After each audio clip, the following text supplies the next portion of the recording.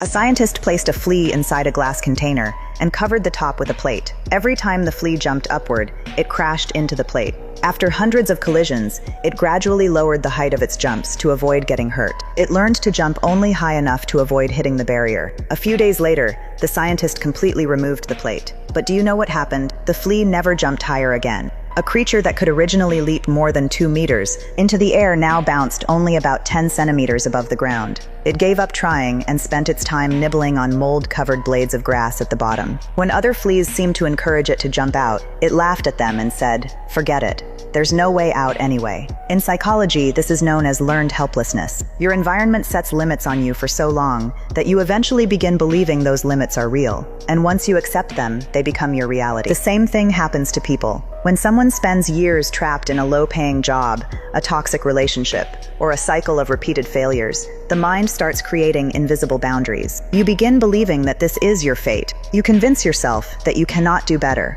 cannot go higher, and cannot escape. It feels safe because it is familiar. But the truth is that you are often defending the very cage that is holding you captive. Remember this: many of the walls limiting you today may no longer exist outside your mind. Break those false boundaries, or you may spend your entire life without ever discovering your true potential.